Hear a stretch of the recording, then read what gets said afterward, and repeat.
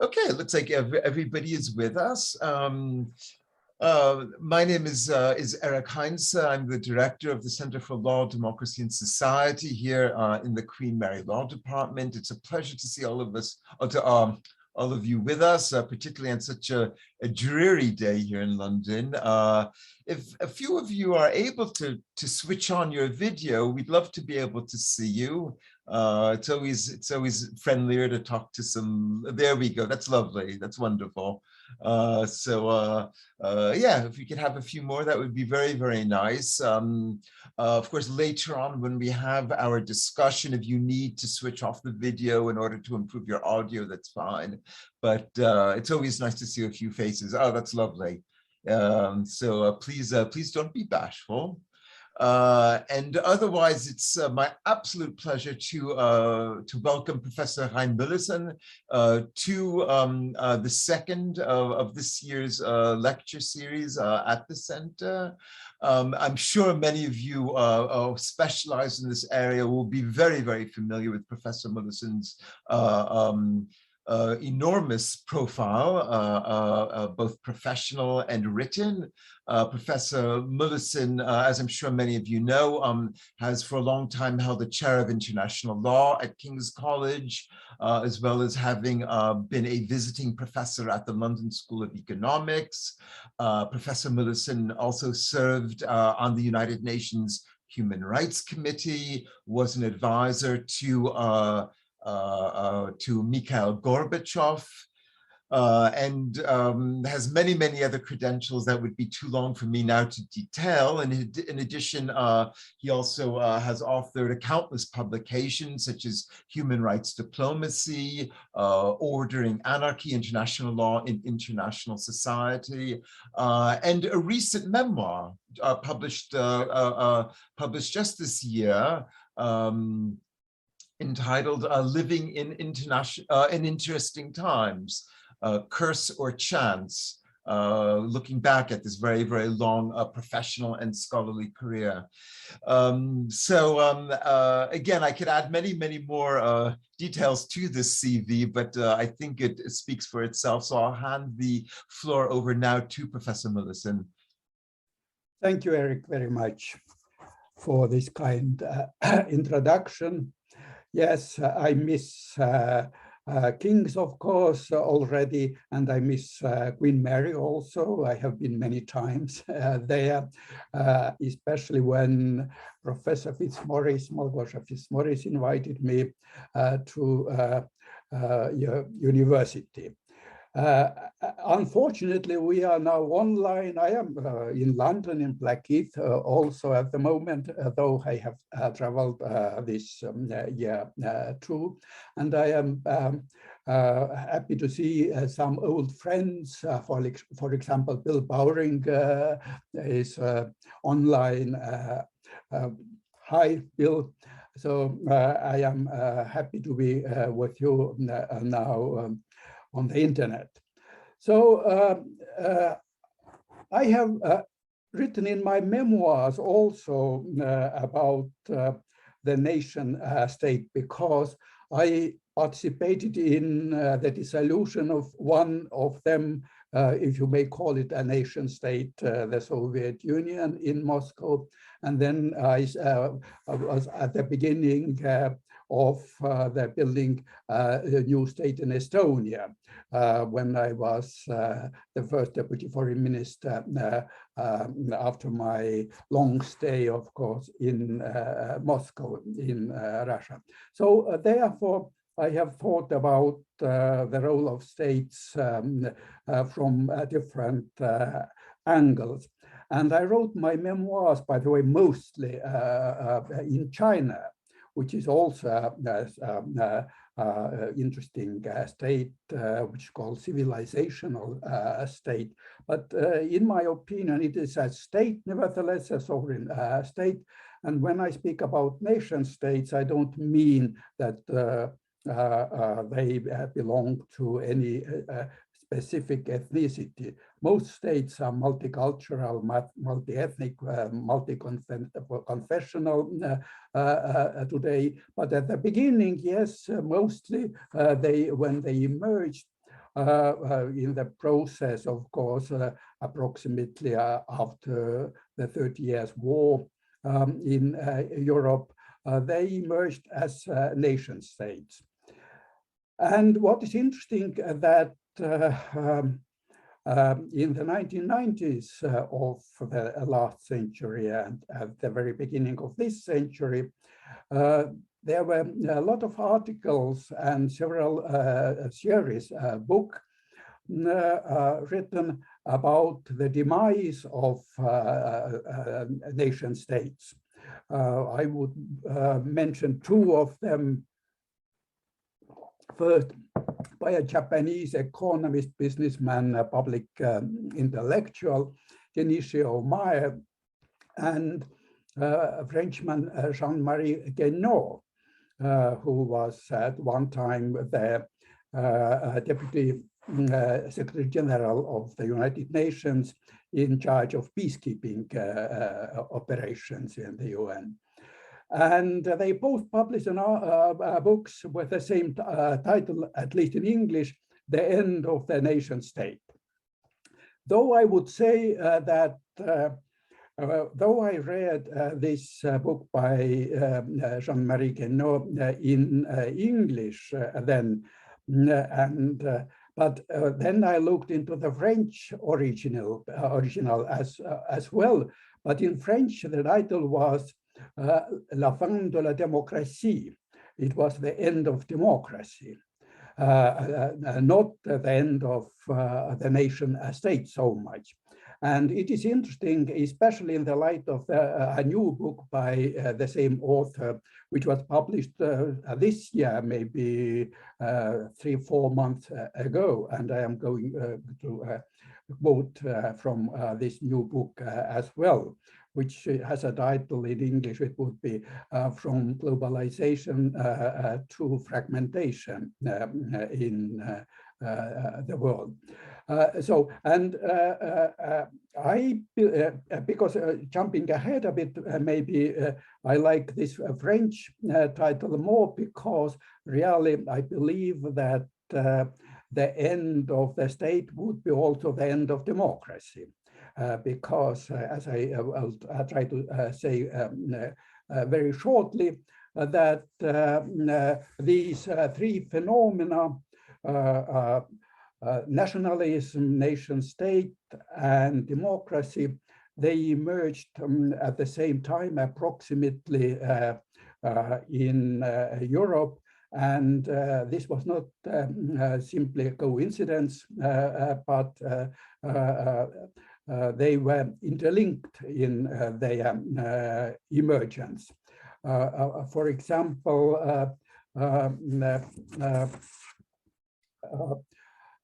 Professor Adam Watson, he was also a British diplomat, not only an author and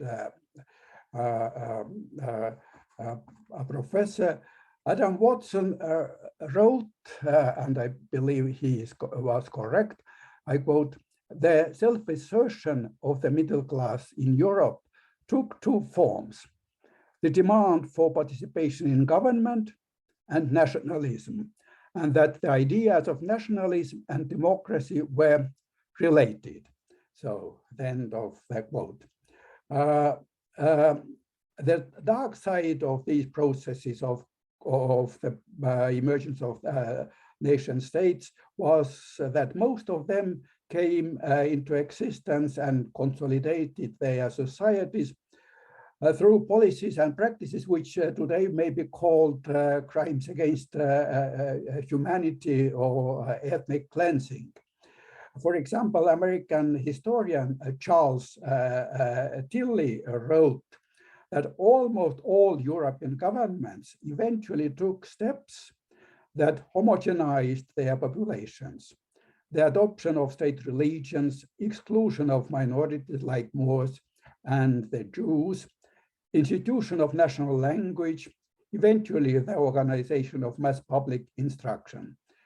The tolerance of states of Southeastern Europe was for linguistic, cultural, and religious diversity stood in sharp contrast to that intolerance of their Northwestern brethren. and surely stood in the way of effective state-making. The failure to homogenize increased the likelihood that a state existing at a given point of time would fragment into its cultural subdivisions at some time in the future. My only, but I believe significant correction to Professor Dilly's insightful comment would be that Southeastern nations as such didn't yet exist at the time when Western European states consolidated their statehood and developed democratic institutions. At best, these nations were struggling to break away from either the Austro-Hungarian, the Russian, or the Ottoman empires and acquire their statehood and sovereignty. Both of these nationalisms, Eastern European and Western European, were exclusionary, while the first was mostly anti-imperial, aiming at the creation of nation states, that's to say, excluding themselves from wider entities. The Western European nationalism tried to erase existing differences by excluding or assimilating those who differed. The Eastern European latecomers to the European family of nations, now are even today keener about the homogeneity of their societies and independence of their newly found statehood than those in the western part of the continent.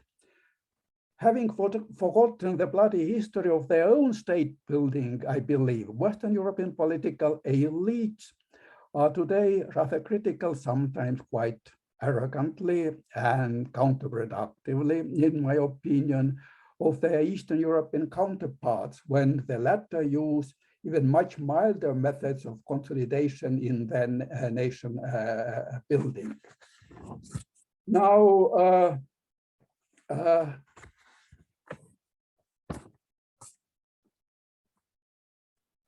it is interesting now I come to the second question.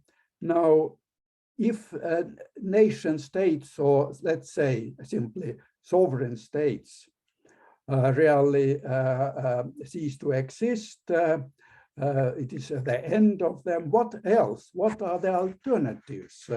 Alternative political arrangements.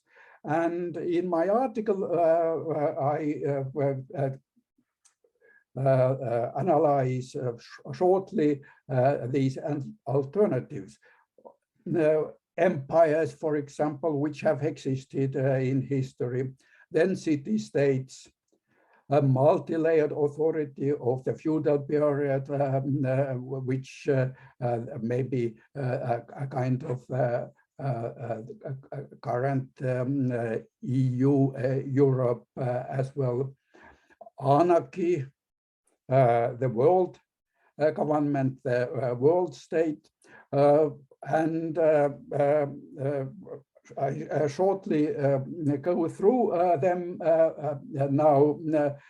If we take city-states, there are those, for example, there was an article also a couple of years ago published by two mayors, one of Paris and then London, Anne Hidalgo and Sadiq Khan. The article was published in French, and in English it was in the Financial Times, I believe.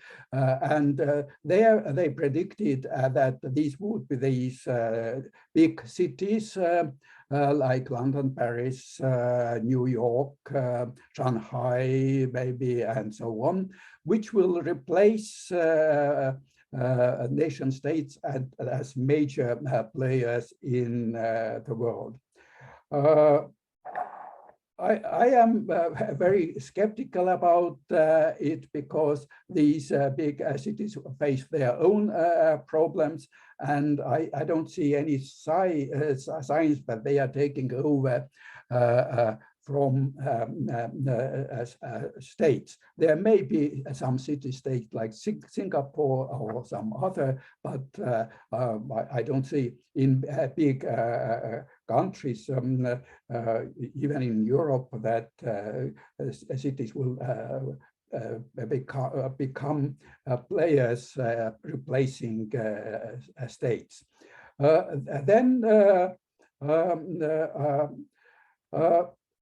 I don't believe in the world government, the world state, though the ideas have been around for many years. But I am maybe not so skeptical about empires replacing nation states, though I don't think that this would be a good idea or that it will be really what is coming now. But it is not so utopian as the world government. For example, anarchy exists, of course, in international relations. It is not absolute, of course, but nevertheless, Hedley Bull wrote a book, Anarchical Society, which is about international relations. And the international system is anarchical in the sense of the absence of one central or even several central authorities. So I don't think that it would be possible. It is possible, of course, but that it will be helpful in resolving all the problems if anarchy would exist also within states. It exists in several states in the world, or even in too many states. Libya, or some other African states like Mali may be examples today, but this is not resolving any problems. But empires, yes. There is an interesting book published, maybe I bought it probably 2 years ago in my last visit to the United States. The title of the book is The Virtue of Nationalism. It's a very controversial title, and the book is also controversial, and I believe therefore also interesting, because these things all usually, not always, but usually go together, the controversial and interesting. And Yoram Hazony writes that when the struggle against communism ended, the Western minds became preoccupied with 2 great imperialist projects: the European Union, which has progressively relieved the member nations of many of their powers, usually associated with political independence, and the project of establishing an American world order in which nations that don't abide by international law will be coerced into doing so, principally by means of American military might. These are imperialist projects, Hazony writes, even though their proponents don't like to call them like that. And he concludes, for all their bickering, proponents of the liberal construction are united in endorsing a single imperialist vision. They wish to see a world in which liberal principles are codified as universal law and imposed on the nations, if necessary, by force. This, they agree, is what will bring us universal peace and prosperity. So how to assess such assertion by Yoram Hazony? First, I would like once again now to refer to what Jean-Marie Guénot wrote this year. Not it was more than 20 years ago when he published his book, The End of Democracy or The End of Nation-State. But this year he writes that today we have to admit, even if reluctantly, that what was presented as a universal project, a multilateral liberal world order, was a Western project expressing a transient moment when the West seemed to dominate the world. The ephemeral project served the interest of the American power that didn't hesitate to break the rules if that seemed to be in its interest. In that respect, we are facing indeed, I believe, already for some time, the advancement of liberal imperialism, euphemistically described as liberal international order, giving additional impetus also to the rise of nationalistic populism in many countries. So therefore, I believe that such an attempt existed in the 1990s and still, but of course this is also now hurting into the resistance by many other states, including first of all China, Russia, but not only those, but many smaller troublemakers as well. And it should have been expected because the 1990s was really in international system or international relations an aberration. There was no balance of power, and which had existed mostly in the world in most periods of world history, and therefore and even if the empires existed, formally empires, they never, and even the British Empire, over which the sun never set, it was not the whole world. There were other empires like the French, Portuguese, and so on, the Russian Empire, and so on. But to have one empire in the whole world, I believe in that sense, the world is too, not only too big, but also too diverse to be ruled from the one center and in accordance with the same rules and principles. Of course, this is a statement which may undermine international law, but it is not me who is undermining, it is those states which behave contrary to international law, which are undermining international law. So what about the European Union then? Is this also an imperial project? It is an interesting question, and it is really so that it seemed until recently, and maybe even today for many, that the nation state may come to its end really in the same place where it emerged.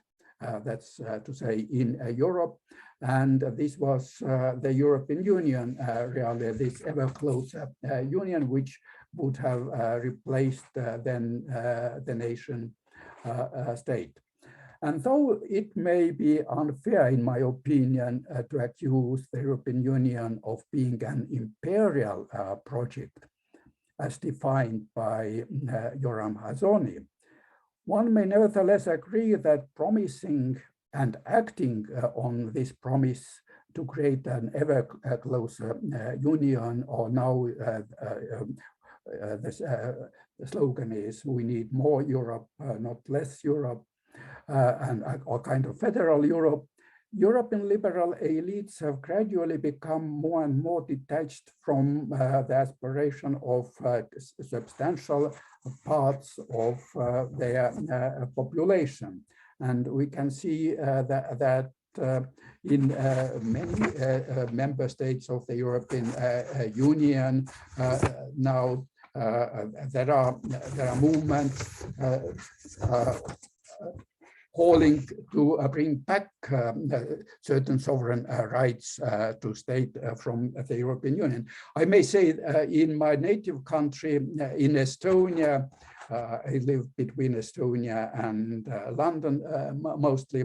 Of course, you know all very well that what this ever closer union meant to Britain. It ended with Brexit here.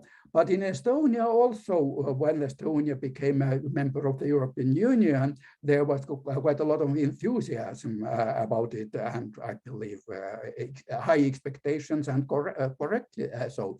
But now, for example, if NATO is like a sacred cow, and you can't criticize NATO in Estonia, but you can criticize the European Union very well, and there is a lot of criticism about the European Union.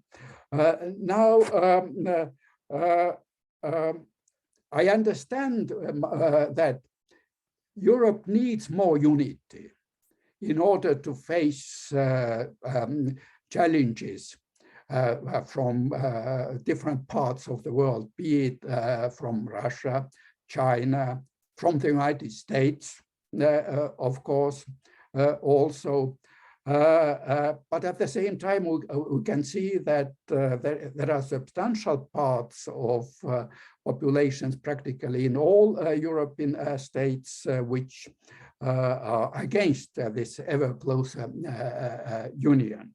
So this is like squaring a circle, in my opinion, which is almost impossible.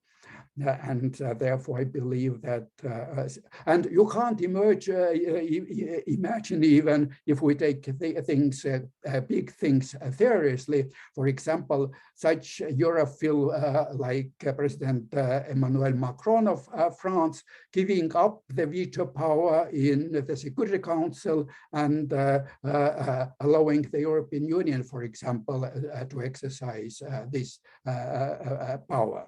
So I see that even such governments which are really pro-European, so in many aspects they try to retain their national sovereignty. In my opinion, one thing how to square this circle or to try to increase the weight, strategic, political, economic even weight of the European Union, the European states, would be a closer cooperation with Russia. If I see that really there may be problems between Russia and United States, which are maybe even insurmountable at the time being, then European states, the European Union can only benefit from closer cooperation with Russia, and therefore increases its relative weight among these big players in the world. Now, and the final point probably now is why the nation state is also having a kind of comeback in the world.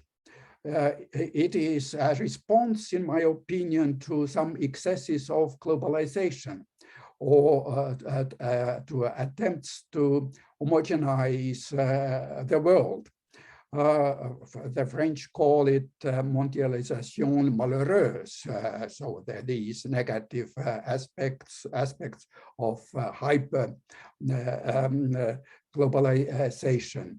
And let me once again quote Jean-Marie Guénot. He writes about the need to have a new Copernican revolution, this time not in astronomy, but in world affairs. And I quote, his book is in French, so it is my poor, probably, translation, because neither French nor English are my native language. I speak only in imperial languages, as you may know. I quote, radical reconfiguration, similar to one that happened 500 years ago, of the picture of the world is today needed. It should help us leave behind the Western-centric picture of the world and embrace the humanity in all its diversity. It is necessary to see the world history not as an unstoppable movement towards worldwide liberal democracy. I believe it's very important. And I continue now the quotation. We have to find a more adequate and less simplistic way of describing the world than one where democracies oppose dictatorships. In his well-argued opinion, one of the biggest mistakes made by many in the West is to reduce the complexity of the world to these two modes of organizational power, autocracy and democracy. Also, in my opinion, an important observation, especially as when it is this week, there will be this meeting of democracies. I believe this is a step closer to the division of the world and a step in the development of new Cold War in the world. And now coming to the future of the nation states, and I would like to emphasize, I mean here, such states like Switzerland, Germany, or other sovereign states. With the end of them, of course, there will be the end of democracy, because in my opinion, nobody has shown of course, as democracy can exist within states, in localities, not only in the frame of the state as a whole, but beyond nation-state international relations. I haven't seen any plausible explanations how democracy can exist, whether it is one state, one vote, or one person, one vote, whatever it may be, or whether it is democracies have more votes than non-democracies, and so on. Okay, I am stopping here, and if I may, I would be happy to answer your questions.